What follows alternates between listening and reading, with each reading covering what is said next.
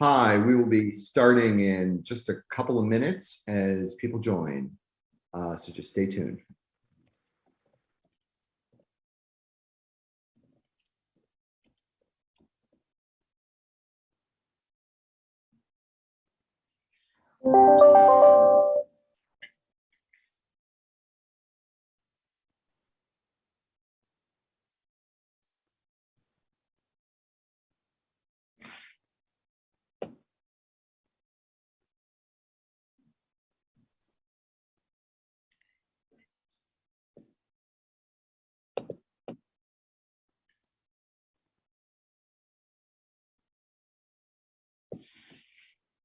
We'll be starting in 1 minute, just waiting for people to join.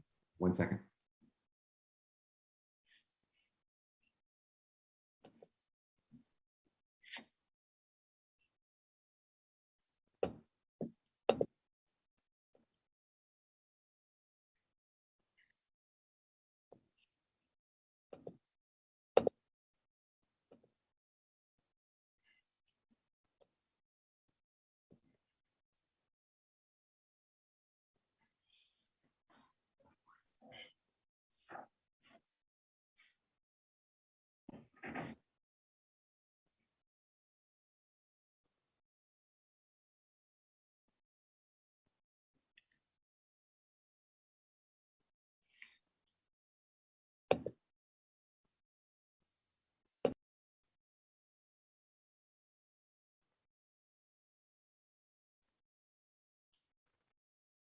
Hello, I am Soren Dayton from Protect Democracy. I'd like to thank you all for joining us for a discussion of national emergency powers as a component of the program for understanding the National Security Reform Act and National Security Powers Act. We have representatives of a number of groups here who have been active on these issues, and I'm looking forward to a great discussion. If you have questions, please email them to sean@demandprogress.org. I see that at the bottom of my screen, but hopefully you can reach out to him. And as I said, looking forward to a great discussion. Thank you also to Demand Progress for organizing this fantastic event and ACT TV.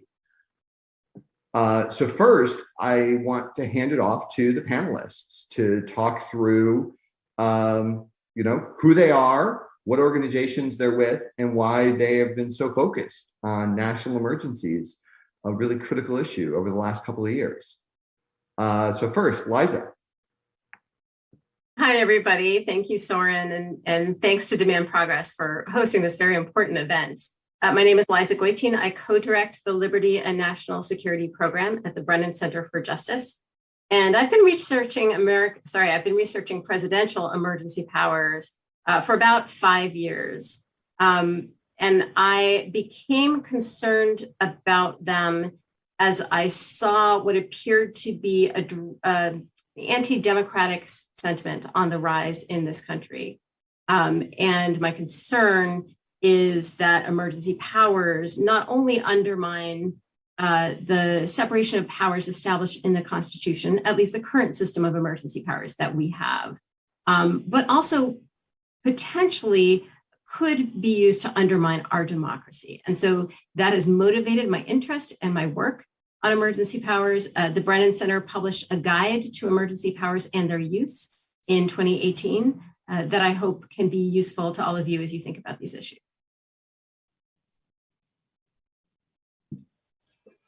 Dylan from the Project on Government Oversight. Hi, everybody. Thank you, Soren. Thank you to Demand Progress as well for hosting this really important event series. My name is Dylan Hedtler-Gaudette. I am the Government Affairs Manager at the Project on Government Oversight.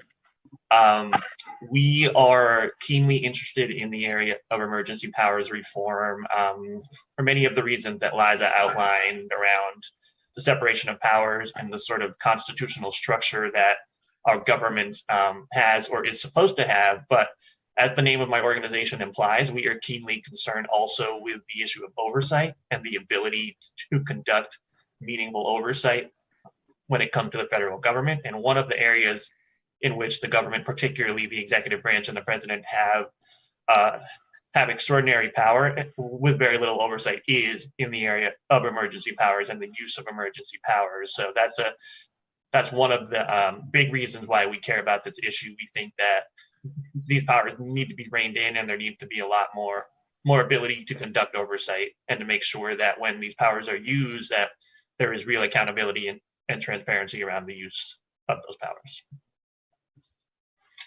Thank you, Kate. Thanks, Soren, and thank you also to Demand Progress for hosting, and thanks to everyone joining. My name is Cato. I am a senior policy counsel at the American Civil Liberties Union.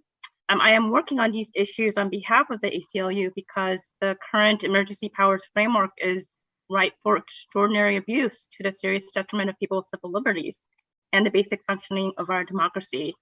And short and sweet, back to you. And last but not least, Louis. Thank you, Soren, and thank you, Demand Progress. Good morning. My name is Louis Cardona. I am an Army veteran, and I'm the Federal Affairs Liaison for Concerned Veterans for America, where I lead our foreign policy and veterans healthcare reform efforts. And we are engaged in emergency powers reform because we want to ensure that Congress has a say in when, how, and how long national emergencies are declared. And our activists are passionate about upholding the Constitution and ensuring Congress can conduct meaningful oversight over the executive branch. Thank you, everyone. For the audience, these are a bunch of great advocates that have been working hard on this issue for years. But I want to start with Liza. Liza, can you walk us through what a national emergency is, how the system works, and how the system doesn't work? Sure. In fact, I think I'm going to start at an even more basic level than that and pose the question, what are emergency powers and why do we have them? Emergency powers have existed in countries around the world for hundreds of years. The argument for them is really pretty simple. Because emergencies are by definition unforeseen and unforeseeable, the powers conferred on the government by existing laws might not be sufficient to respond to them. But amending the law to provide greater powers might take too long, or might in some cases do damage to principles that are considered important and sacrosanct in ordinary times. So emergency powers authorize a limited departure from the legal norm. Their purpose is to give the government, usually the head of state, the president or the prime minister, a temporary boost in power until the emergency passes or until the law can be changed through the normal legislative process. Most countries, 178 of them to be exact, have special provisions for emergency rule in their constitutions. The United States is actually an outlier because our Constitution does not have any separate regime for emergencies. In fact, it doesn't give the president any explicit emergency powers at all. So presidents have, for the most part, relied on Congress to provide them with enhanced powers that they can draw on during emergencies. And for the past 100 years or so, that has worked roughly like this. The president declares a national emergency, and that declaration unlocks powers that are contained in a wide range of laws that all say something like, in a national emergency, the president can do X, or in a national emergency, the president doesn't have to do Y. So this has been the system, as I said, for almost a century, but for several decades, there was no overarching statute governing the system, and there was very little transparency or accountability.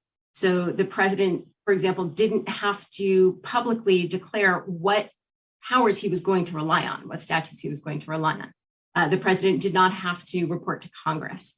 And there was no time limit, not even a default time limit on how long emergencies could last. So in the 1970s, Congress passed the National Emergencies Act, the NEA, to try to impose some oversight on this system. It seems ironic, actually, now in retrospect, but to try to rein in president's use of emergency powers.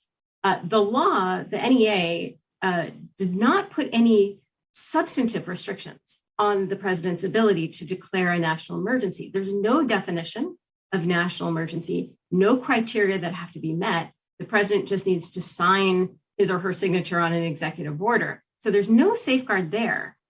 Congress instead relied on three procedural checks.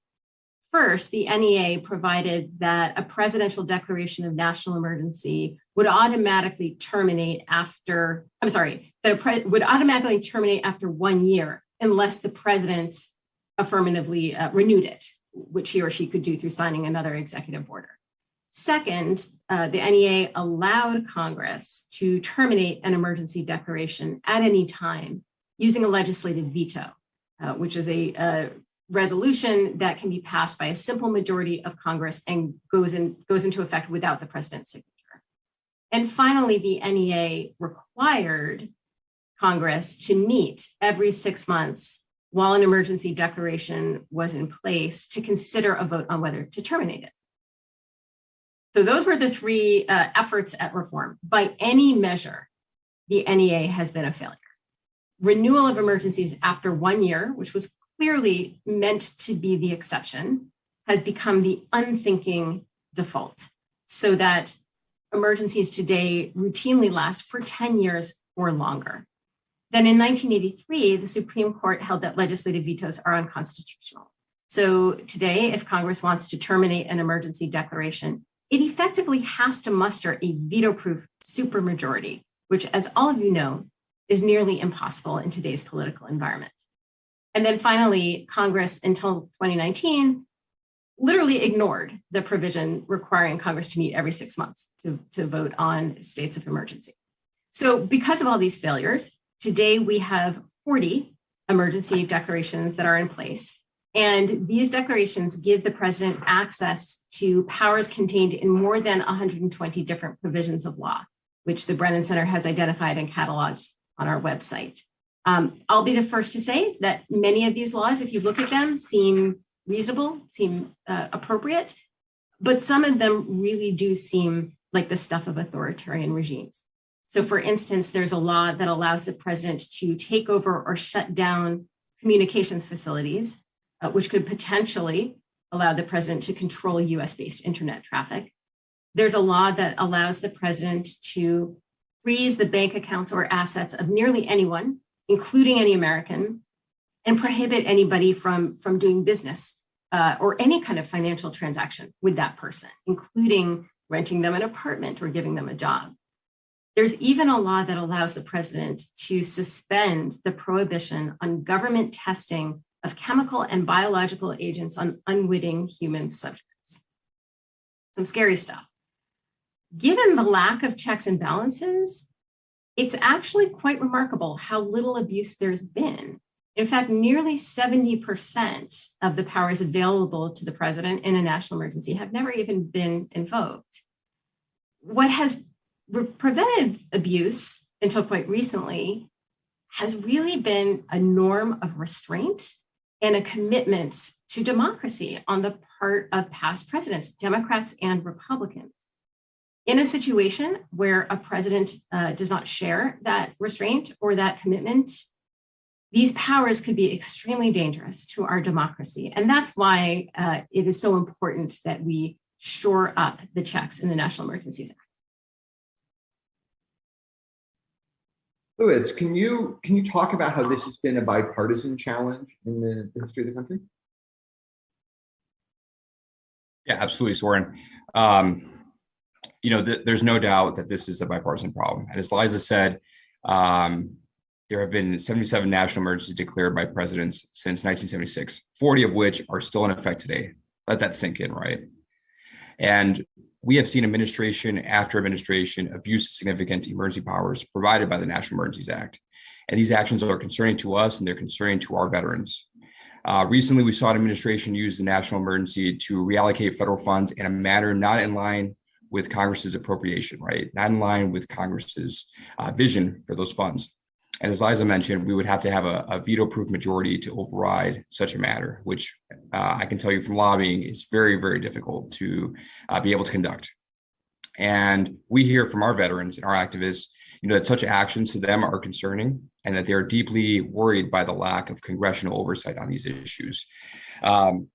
Thankfully, though, we're seeing a broad bipartisan coalition in the Senate and in the House come together to help address these issues. And we see that with the National Security Powers Act by Senators Chris Murphy and Mike Lee in the House. And we see that by the National Security Reforms and Accountability Act by Reps McGovern and Peter Meyer. These bills would help Congress reassert their constitutional role in matters of national emergencies. And they're going to put Congress on a better path to ensure that when these national emergencies are declared, they have a better understanding of when they will be declared, how they're going to be declared, and then how long these national declarations are going to be in effect. That's important for us. And we want to make sure that we safeguard the checks and balances that we have in our Constitution. And this coalition of legislators continues to grow, and we feel very strongly that this year in the 117th Congress, we've got a strong opportunity to pass the National Security Powers Act and to help safeguard our democracy by ensuring that we put forth these checks and balances and to provide Congress with its constitutional oversight. Thank you, Louis. Kate, can you talk about the role of the courts? We've talked about, of course, the president and the executive branch, and we talked about Congress, but where do the courts sit in this? They're the other check in our checks and balances system. Yeah, thanks, Soren. So let me touch on the litigation aspect for a few minutes, and in particular, the litigation around the border wall emergency declared in 2019, because it is illustrative of some key points that this group want to impress upon the audience. As many of you know, President Trump declared a national emergency at the southern border in February 2019 and invoked a particular statute involving military construction funding. And the purpose was to divert money towards building the border wall over the standing objections of Congress. To be clear, let me just first say there is a humanitarian crisis involving great human suffering at the southern border, but the reasoning behind this particular emergency declaration and this particular use of emergency powers was legally dubious, and it provoked a handful of court challenges. So for instance, the House of Representatives sued Secretary of the Treasury, Mnuchin, over this use of funds, but much of the litigation got mired in a fight over standing, whether the House even had the standing to sue. The ACLU, my organization, acting on behalf of the Sierra Club and Southern Border Communities Coalition, we also challenged the emergency proclamation and transfer of funds. Protect Democracy, Soren's organization, also represented El Paso County, Texas, and the Border Network for Human Rights in a similar lawsuit against that emergency declaration. So these and other lawsuits made similar or overlapping claims that the transfer of funds violated the separation of powers, violated Congress's constitutional power of the purse, violated appropriation statutes, and violated the military construction statute specifically.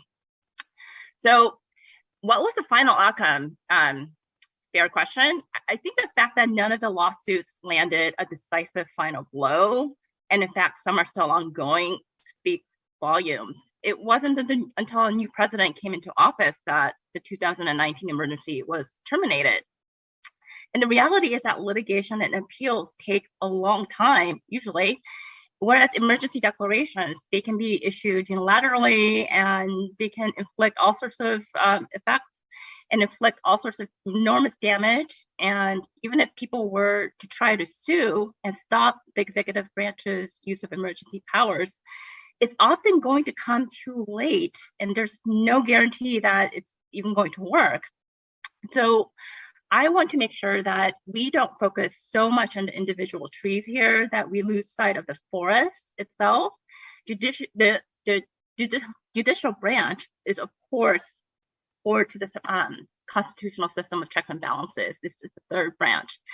But the bottom line message that I hope everyone takes away from these legal challenges is that relying on the courts is just not enough. It's far from enough. The onus truly is on Congress to rein in the president's emergency powers and do it now. I also want to emphasize, as Louis discussed, that even though I use the border wall emergency as an illustrative example, this is not a Democratic or Republican partisan issue. Emergency powers are ripe for abuse, regardless of political party, because it's about the legislative branch having ceded too much power to the executive branch and what Congress can and must do to restore these robust checks and balances. And to talk about what recent work Congress has done in reforming the National Emergencies Act, let me now turn it back over to Soren and Liza. Well, Liza, can you talk a little bit more about what the core structure of the reform is? Like, what does it do so that you can address some of these issues? And I think to Kate's point, keep these issues out of the courts, maybe, and sort of elevate it to the political issue. Yeah. Yes. First, let me just add to what Louis and Kate both said about this being really a bipartisan issue. I've worked on issues like surveillance reform that actually have strong support on both the left and the right. This particular issue, I have not seen the breadth and depth of bipartisan support for reform in my entire career as an advocate, like there is for this one. And, there are, I think, 30 Democrats and 19 Republicans in the Senate alone that have co-sponsored or sponsored some version of National Emergencies Act reform. So this is really an idea whose time has come. So the NSPA and the NSRA are among several bills pending in Congress right now to strengthen safeguards in the NEA. And most, if not all, of these bills share a central reform, and that is that the emergency declaration issued by a president would automatically terminate after 30 days unless Congress voted to approve the declaration. In that case, the declaration could stay in place for up to a year. But if the president wanted to renew it for a second year or third year or fourth year, Congress would have to approve each renewal. And what this does is it flips the default. Right now, absent a vote by Congress, a supermajority vote, actually, an emergency declaration will stay in place realistically indefinitely. Under these bills, absent a vote by a simple majority of Congress, an emergency declaration would end after 30 days. Note that I said a simple majority of Congress. The NSPA and other bills, NEA reform bills, all include expedited procedures for joint resolutions to approve an emergency. And that means that any member can force a vote on such a resolution. It can't be blocked by leadership. It can't be filibustered in the Senate. And that's important because it ensures that the outcome reflects the will of the majority of Congress. So if a majority of Congress thinks that the declaration is reasonable and should stay in place, it will stay in place. The 30-day window is also important. What that does is it gives the president maximum flexibility when he or she needs it most in the immediate aftermath of the crisis. But at the same time, it ensures that once that period has passed, Congress can step in and act as a meaningful backstop against any overreach or abuse. That's just good constitutional hygiene. It recalibrates the balance of powers between the president and Congress in a way that enables Congress to serve its constitutional role as a check on the executive branch. It also better reflects what Congress intended when it passed the NEA back in the 1970s with a legislative veto provision. And it better reflects the core purpose of emergency powers. As I was saying before, the idea is to give the president a short-term boost in power in situations that are unfolding too quickly for Congress to act. With every day that an emergency remains in place, that emergency declaration remains in place, this rationale for, at least for the unilateral assertion of emergency powers by the president, not backed up by Congress, diminishes day by day. So, there are a lot of reasons why I support this reform, but really it comes down to this. A 30-day legislative approval requirement is a very simple but very effective measure that would go a long way toward mitigating the potential for abuse that lies in some of these emergency powers. I want to add for a second that what Liza just described as the core structure here is really the thing that ties all of the pieces of the NSPA together, whether it's the war powers section or the arms sales section. It has a process where Congress can act and is really forced to act in a lot of circumstances. And so it really changes the nature of politics and accountability around these issues. But Liza mentioned that there are many, many pieces of legislation floating around that address that. Dylan, can you walk us through this this legislative jungle of things that are out there? Yeah, thank you, Soren. I will do so, but I'm just warning in advance, I will not be stopping at every single tree and vine within that jungle, because that would be tedious and we would need a couple extra hours here on the webinar in order to hit every possible bill and every possible point. But I will focus on some of the key proposals and how they've sort of built on each other and iterated to create some really, really strong comprehensive NEA reform packages, and hopefully one of which will end up being signed into law soon. So to take us back in the Wayback Machine, to some degree, we've heard reference to the year 2019 quite a bit, and there's a reason for that. There was an illustrative example, as has been mentioned, of an emergency that was declared on specious grounds, and you saw in the aftermath of that declaration a number of proposals introduced to try and reform the NEA framework, the core of which I think Liza already really well addressed in terms of flipping the script as to Congress's role. But there are some other really key and important differences among the bills and some things that they would do that I think are worth mentioning. I'd like to start with the Article 1 Act, which was introduced by Senator Mike Lee, and I think Senator Mike Lee deserves some credit here for really coming up with the proposal that has formed the foundation of almost, I think, each and every subsequent proposal has largely been an iteration on the Article 1 Act. And the Article 1 Act, it does do the flipping of the script that Liza mentioned around having Congress have to affirmatively approve a declaration within 30 days in order for that declaration to proceed. But it also does something like it enhances the amount of disclosure and reporting that a president has to do in the context of an ongoing emergency. So it isn't sort of some kind of a black box where we in Congress, we aren't aware of what is happening, what's being done in our names, what powers are being used, how much money is being spent, et cetera. So the Article 1 Act does require more of that kind of disclosure.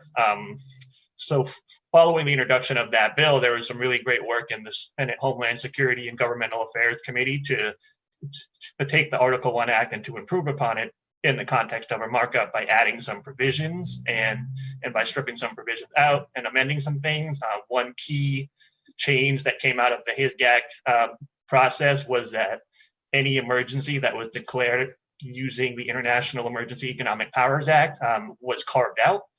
We can talk about IEPA later, but that is kind of its own kettle of fish, and I think it's completely appropriate, and I think most people do think it's appropriate to kind of work on the IEPA reform issue kind of on its own track as opposed to within the NEA reform context. So HISGAC wisely decided to carve out IEPA in its version. It also strengthens some of the reporting and disclosure requirements. It cleaned up some language around contracting in the context of an emergency. So if a contract is agreed to and then an emergency does not continue, what happens to the contract and any activities that have been facilitated under that contract? That is clarified in the HISGAC version of the Article 1 Act. There's also a prohibition on redeclaring an emergency that wasn't approved by Congress. You simply try to redeclare it every 30 days. That is prohibited as a way to sort of do an end run around Congress's choice to not approve an emergency declaration. So HISGAC took an important step there. They marked up the Article 1 Act and they reported it favorably, and that got a very strong bipartisan 11-2 vote in committee, which is instructive for why the issue has continued to have some momentum and have some strong bipartisan support moving forward. One of the next key bills that incorporated the HISGAC passed version of the Article 1 Act is the Protecting Our Democracy Act, which is a broader set of pro-democracy reforms that was introduced in the House originally in late 2020. And that bill uses pretty much the HISGAC version of the Article 1 Act, except it does do one very important thing insofar as it requires disclosure and reporting around certain kinds of presidential emergency action documents, they're called, which was an idea that was incorporated out of a bill that Senator Markey introduced as a standalone measure. Again, that's important for Congress to be able to conduct its oversight that it needs to do in the context of an emergency, and to really keep an eye on what a president is actually doing when he or she has declared an emergency. So that was a really important improvement that the Protecting Our Democracy Act made.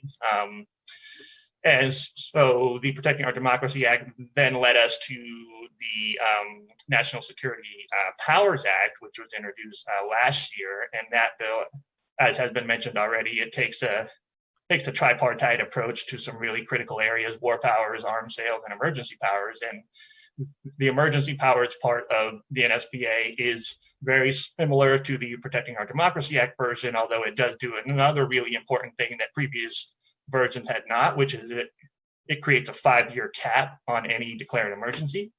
The logic there is pretty straightforward and common sense. Once something has been happening for 5 years or more, it's probably not really appropriate to call it an emergency anymore, because it seemed to be that is just the state of affairs. And if you're going to address it through policy, you should be using the standard sort of policy tools that you would be using to address anything else. That's not really an emergency anymore. But that's really important to try and end the issue that a couple of my colleagues have already mentioned, the fact that we have emergencies on the books that have been on the books for decades and decades already, which seems inappropriate and probably shouldn't be happening.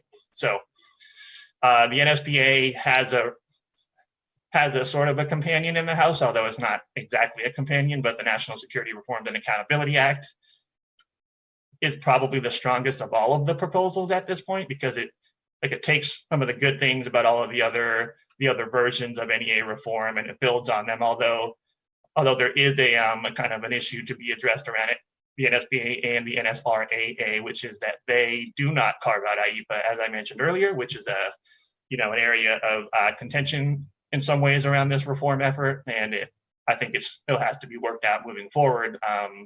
The NSRAA also goes further in terms of reporting and disclosure, and it requires a declassification review of a bunch of different documents that are related to emergencies, which is really good for transparency purposes and oversight purposes. And lastly, I just want to mention that the Protecting Our Democracy Act did finally get passed out of the House late last year, which was important. Many of our groups were very supportive of that bill. And of course, as I mentioned earlier, the Protecting Our Democracy Act did include the NEA reform piece of the previous bills, specifically the Congressional Power of the Purse Act. So we already have some significant momentum and action in Congress in terms of passing some bills, either out of committee, like in HISGAC in 2019, or out of an entire chamber, like with the Protecting Our Democracy Act last year. So I think I think the TLDR here is, and I will stop filibustering, is that there is a lot of action in Congress right now. It's bipartisan action, it's comprehensive, and it's substantive action. And we have a real window, a real opportunity here to do something meaningful around emergency powers and reining in and rebalancing the power asymmetry between Congress and the executive branch.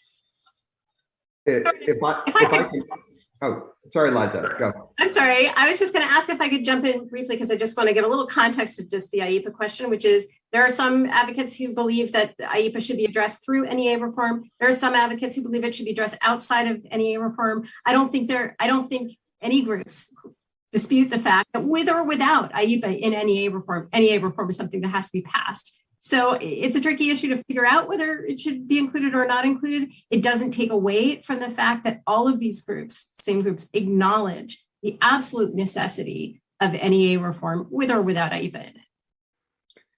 And if I can add, well, first, thank you, Liza. And if I can add one more thing to Dylan's sort of description of the huge set of national emergency bills, actually in the floor consideration of the Protecting Our Democracy Act, there was an amendment by McGovern and Meyer that actually brought the provisions of the NSPA and the NSRAA and POTA closer together. So I think we are sort of converging on a set of ideas that would of course need to be marked up in committee and things like that. But I think that's you can begin to see where this process is landing.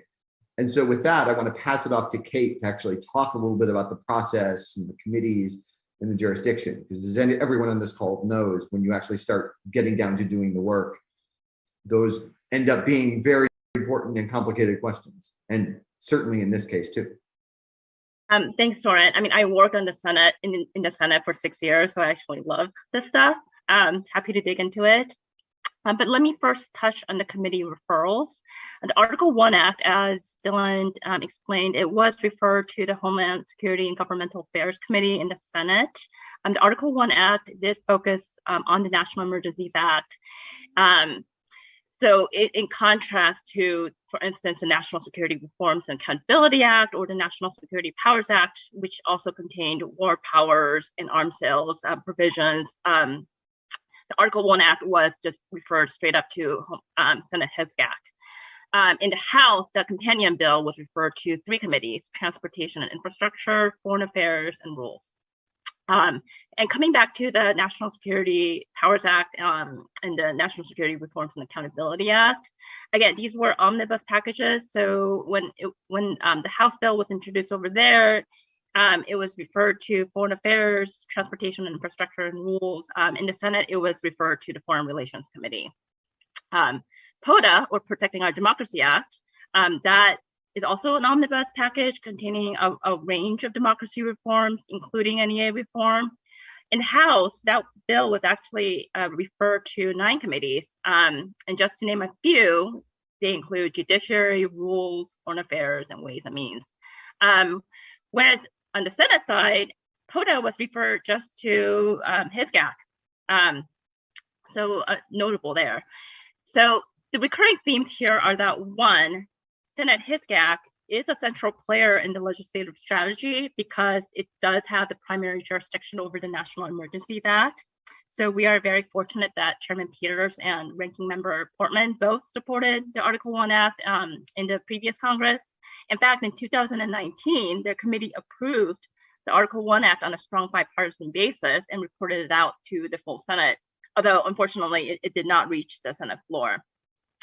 2, if hearing all these committee referrals makes you think that the sensible strategic approach is to perhaps try to advance National Emergencies Act reforms separately, perhaps as writers in other must-pass legislation, yes, I agree with you.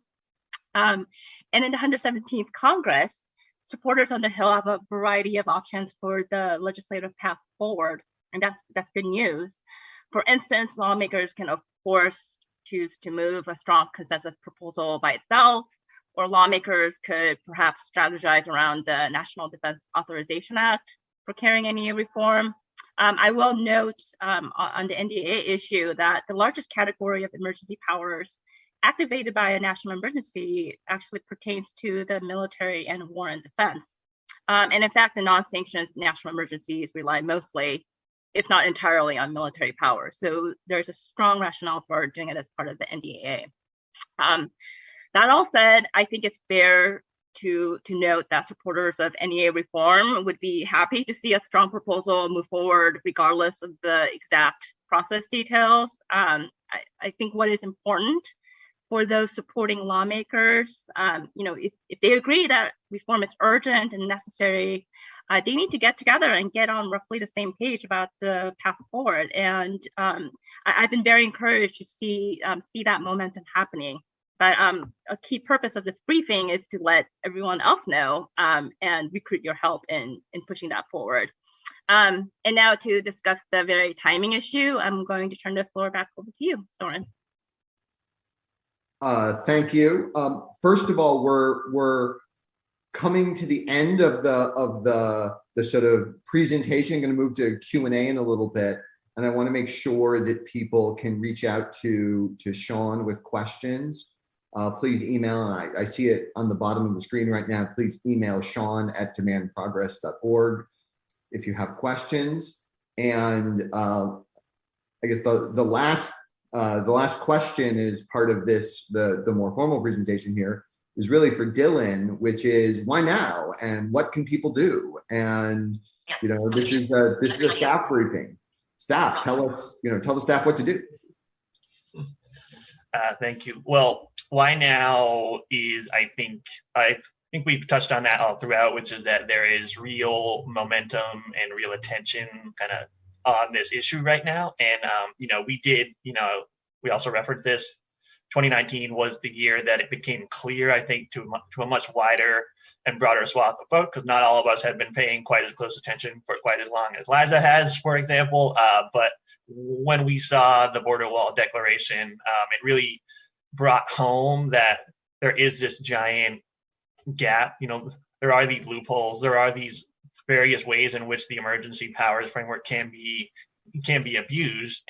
And in the broader context, as we see authoritarianism rising around the world, one of the most common plays in the playbook of the authoritarian or the would-be authoritarian is to use legal processes, tools that are on the books, but to use them for inappropriate purposes. And emergency powers are one of those tools that you see often being used. So as a sort of preventative prophylactic measure, I think it is important for us as a country to get ahead of anything like that could be happening here in this country, and to really rein in and to reform the ways in which emergency powers can be used. So to any staffers watching here, I would urge and encourage you to reach out to the offices who are already leading on some of these really good comprehensive reforms, and to see how you can be involved, how your boss can be involved, how you can support. The more co-sponsors, the better. The more uplifting we can do, the better here. And obviously, we need to figure out a way to carve out some floor time. Which is obviously the most precious commodity in DC is floor time.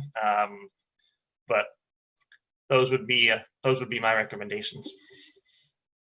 I could jump in on that too. I think we have an administration right now that is arguably fairly sympathetic to a reform like this. There was a statement of an administration position on POTA, Protecting Our Democracy Act, which includes this central NEA reform, which expressed absolutely no concerns about it. And so I think if we wait until there may not be concerns right now, there may be for some people, and there may not be for others, about whether an abuse of emergency powers might be imminent. But that's not the question, because if we wait until it happens, it is by definition too late, because a president who abuses emergency powers is not going to sign NEA reform into law.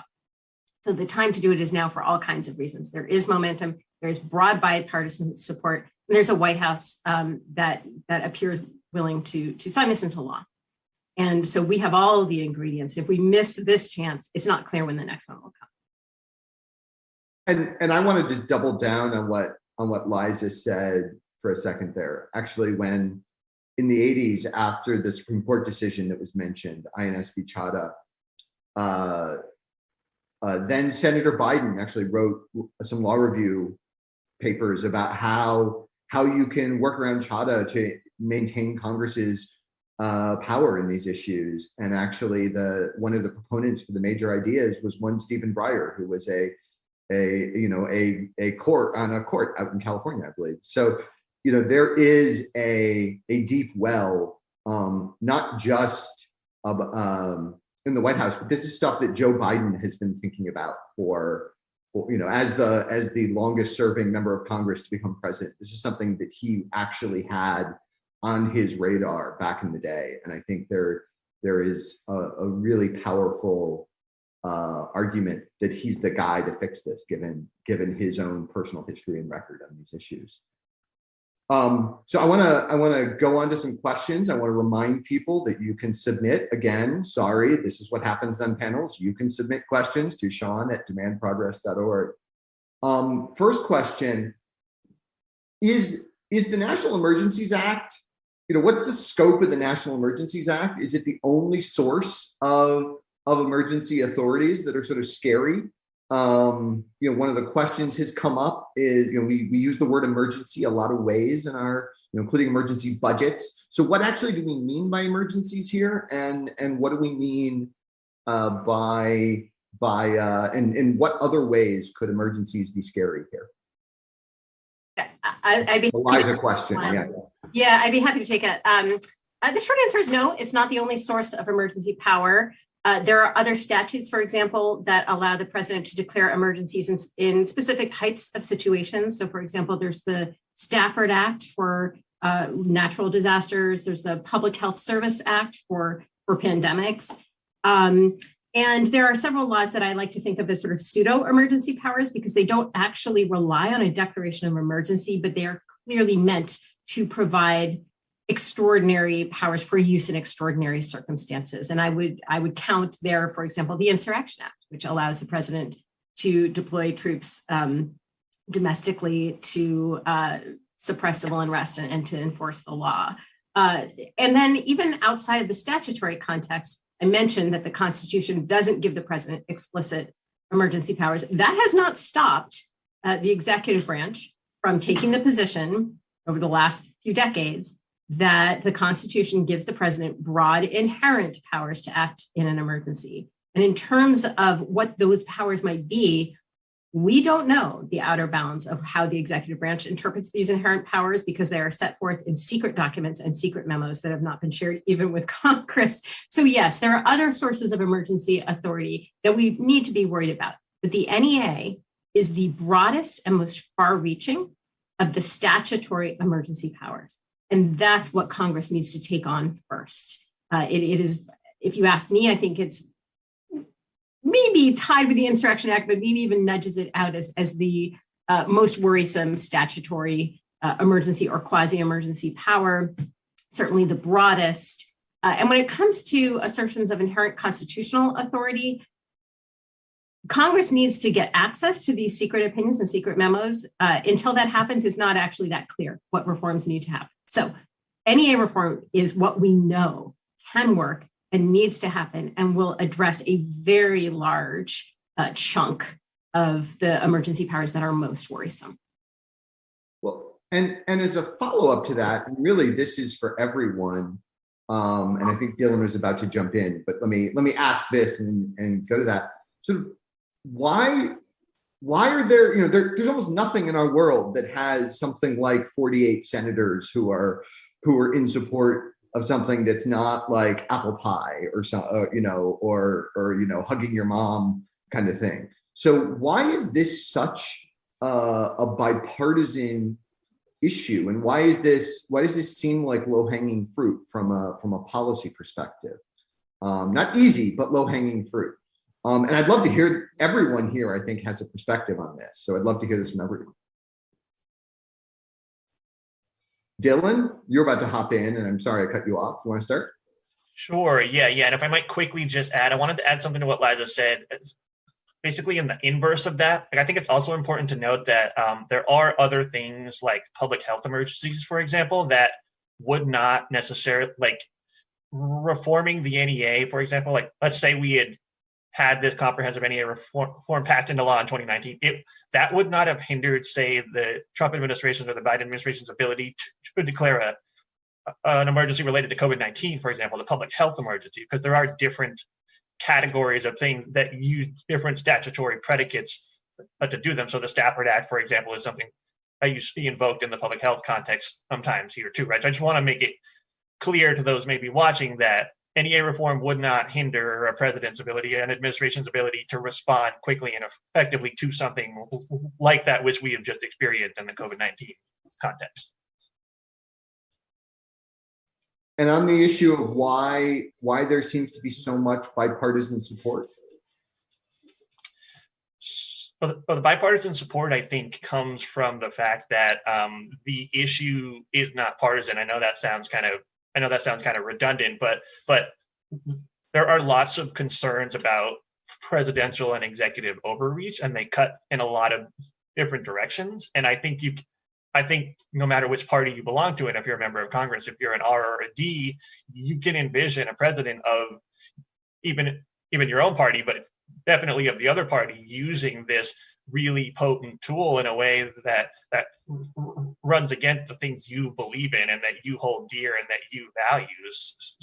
So power is the thing that corrupts kind of equally across the board. And if we've got an extraordinarily powerful tool that any president can use, and it doesn't have appropriate checks and balances around it, and Congress can't oversee it effectively, then I think it's pretty easy to see why it's a bipartisan concern and why there's bipartisan interest in doing something about it. Anyone else?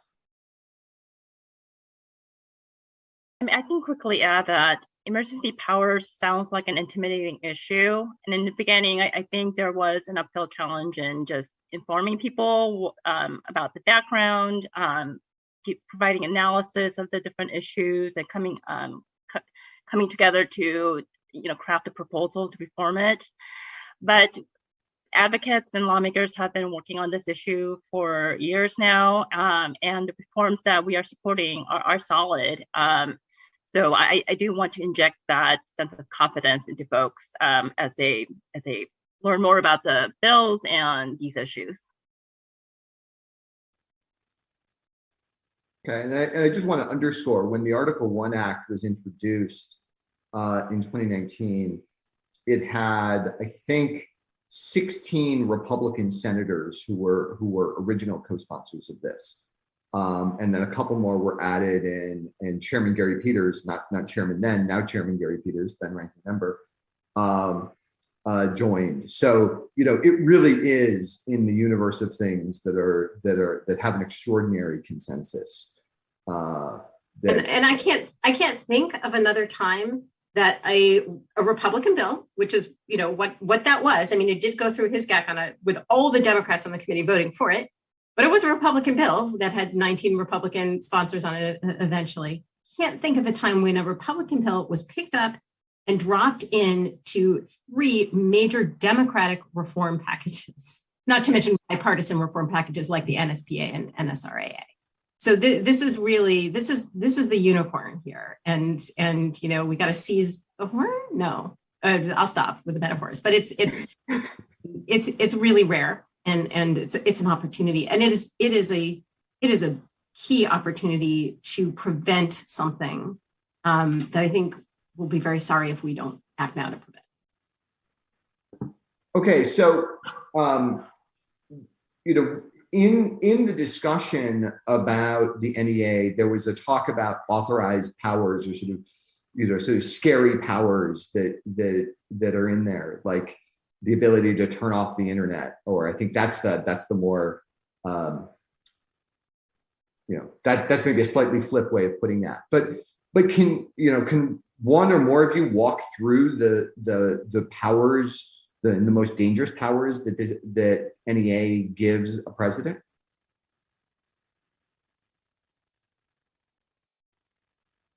So, I mean, those are some of my top ones. Really, are the shutdown of communications, the freezing of the financial powers, the chemical weapons powers. Which I mean, really, try to think of any emergency that is made better by testing chemical weapons on people. Like, I just don't even, my mind can't even get around that one.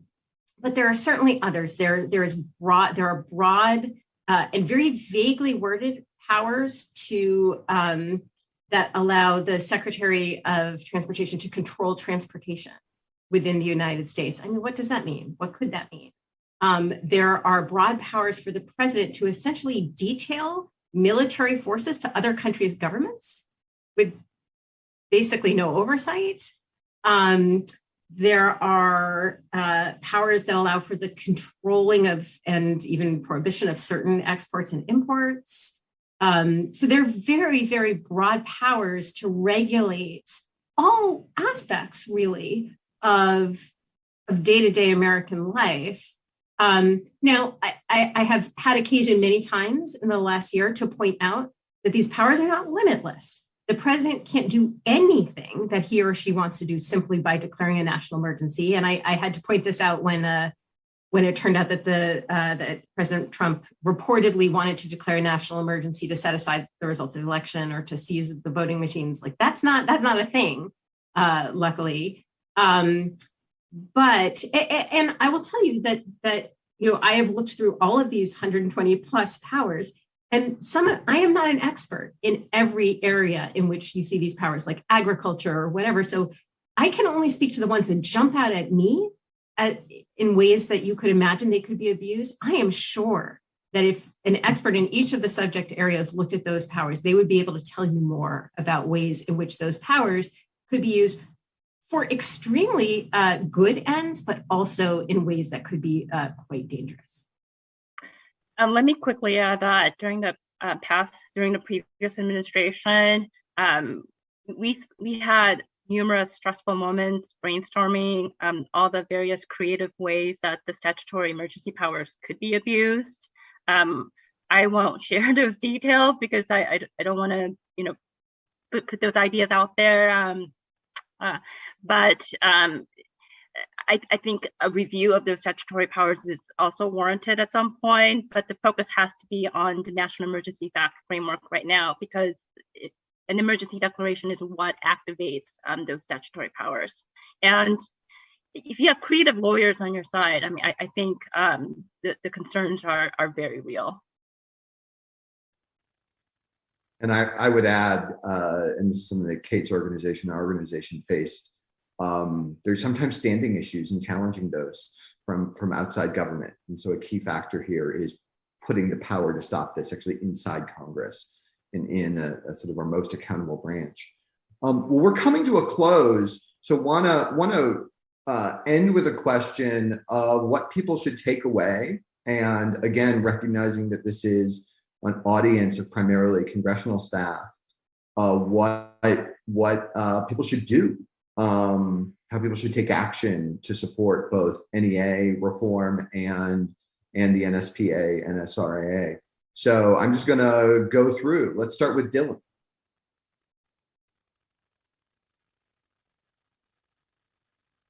I think the takeaway, and I'm at the risk of repeating myself, is that we have an opportunity to do something really important to help Congress kind of reassert itself in the way that it is supposed to be situated as it pertains to the use and the exercise of key governmental powers. I mean, I think it's something that many of us would agree with, that Congress has really lost a lot of ground, especially relative to the executive branch, but I would also argue relative to the judicial branch in terms of its authorities and its ability to be an effective institution. And so one of the ways that problem manifests itself is here in the emergency power space. And because of all this bipartisan support and because of this momentum and because of this moment we have, it would really be a shame if Congress didn't seize the opportunity to do something meaningful and substantive here to get its groove back, so to speak. So I think broad takeaway is that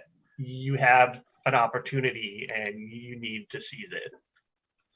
And time is not on our side. We're in a midterm election year, and we're about to be in the middle of a SCOTUS confirmation situation. We've got omnibus, we've got NDAA.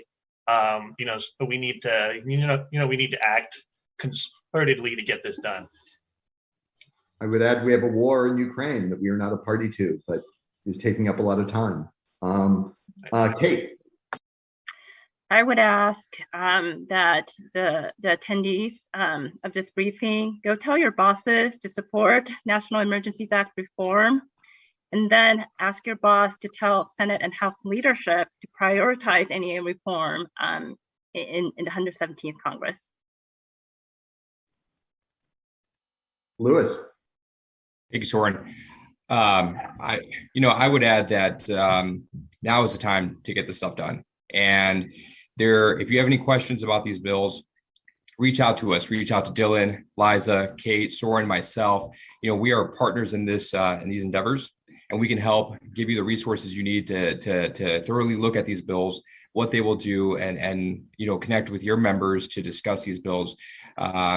We're short on time, right? This year is going to wrap up quickly, but there's still a lot of hope. We've made a lot of progress. The legislators that have worked on these issues have made a lot of progress. So have our coalition partners here. So don't be afraid to reach out to us. Shoot us an email, shoot us a text message or a call. We'll be there, and we'll be right alongside you in fighting to get these reforms across the finish line.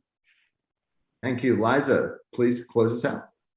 Yeah, I would echo what everybody else said, and I would to sort of put some more flesh on what your bosses can do. They can co-sponsor the NSPA, the NSRAA if they're not already. If they're interested in just supporting the NEA portion of it, there's a good chance that we will see those portions of the bills introduced separately and moving separately. At that point, your bosses can co-sponsor. That would be extremely helpful. We also need to signal.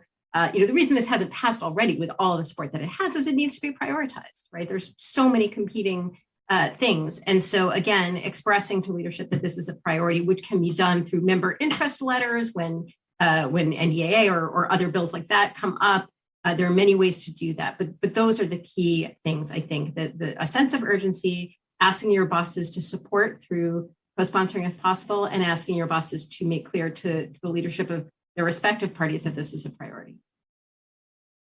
Thank you, Liza. And again, I want to thank first everyone on the call for joining us. I want to thank ACT TV and Demand Progress for putting this together. And of course, Liza and Lewis and Kate and Dylan for their years of battle on this issue, their years of engagement and expertise and shoe leather on the hill when you can actually go up to the hill.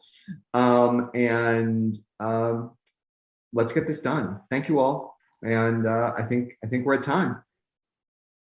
Thank you. Thank you.